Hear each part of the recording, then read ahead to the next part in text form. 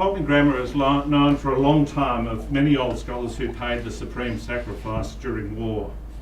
It was in late 2012 we decided to remember these men in the form of a war memorial room. Since then we've researched the details of the lives of and service of nearly 170 men and boys, for that is what many were. During our research, the remarkable story of Edward Thompson Mobsby was uncovered. On the morning of the 6th of July 1942, he and an American pilot and their 3 crew took off from Port Moresby on a mission which closely approached being a suicide mission. Before achieving their target, the squadron was intercepted and came under fire from 30 Japanese Zero fighters. Mobsby's bomber was shot down in flames and he was last seen trying to bail out of the top hatch of the fuselage. For many years, Edward Mobsby's daughters knew little about their father's war service beyond what their mum had told them. For Jenny, the little information her mother had received on her husband's death bothered her and she wanted to learn more. That information exploded in 2010 when her son found a request for information on the family of E.T. Mosby on Ancestry.com. So began the remarkable journey of the book we are here to help launch. Ladies and gentlemen, it's now my great pleasure to introduce Sir Eric Neal, AC CVO, to launch John's book. Would you please make welcome Sir Eric Neal.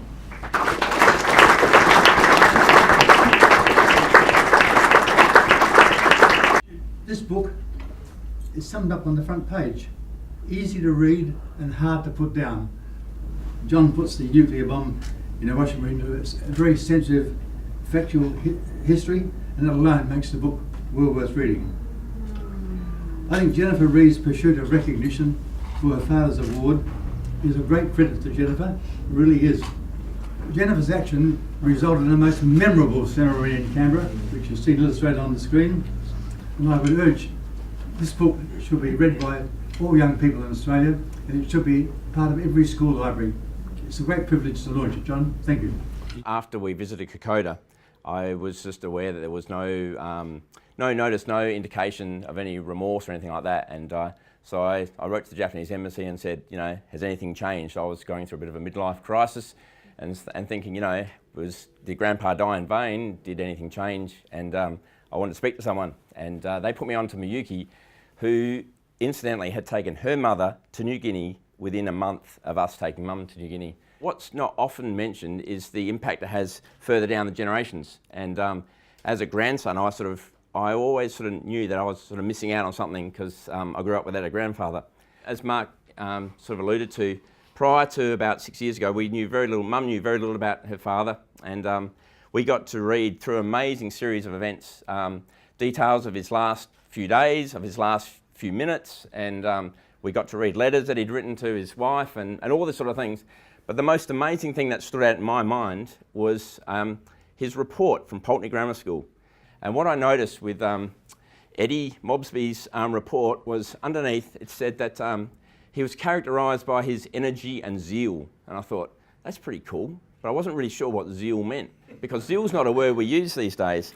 And I actually wrote down the definition for all you youngsters who might not know what zeal means.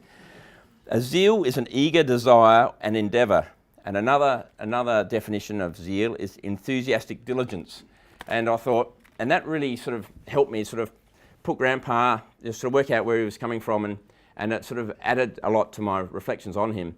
And when I did that, I looked at all the other names on the honour boards and things like that, and I thought, all these guys, all these women, that they also, a lot of them had ambition, they had zeal, they had desires that they couldn't live up to, they couldn't see out. And so now when I'm reflecting, when I go to these things, not only can I focus on what Grandpa did and things like that, but also it gives myself a little kick up the arse and say, well, you've got ambitions, you've got things you're striving for, and I guess that generation couldn't achieve that. So yeah, for anyone out there, if you're sitting there in an Anzac Day march or something like that, just think what opportunities we've got in our generation that they didn't have. And just another thing on that as well is that when you finish that sort of bit of reflecting, the other thing, as was alluded to by Miyuki, was that it's and Sir Eric, what a waste, what a shocking waste war is, and there's got to be better ways of doing it. Once war's declared, Eddie had no choice. None of the people that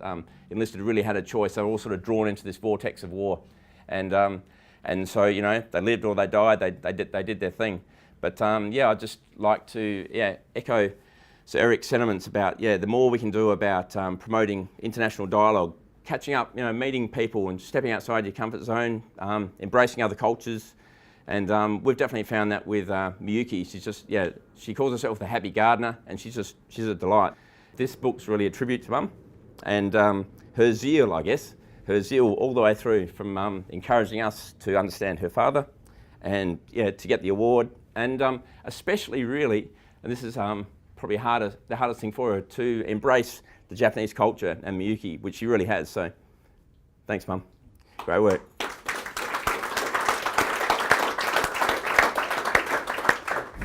What an amazing effort and what a great result. Unfortunately, Dad is not able to be here tonight, but we want John to know how proud we are of him. I'd also like to comment on his desire to encourage his generation to cease to settle hostile disputes with death and destruction, to recognise the futility of war, and to concentrate on dialogue and discussion to solve the world's aggressive issues. This is his dream, and he shares it with Miyuki, our happy gardener with a big smile.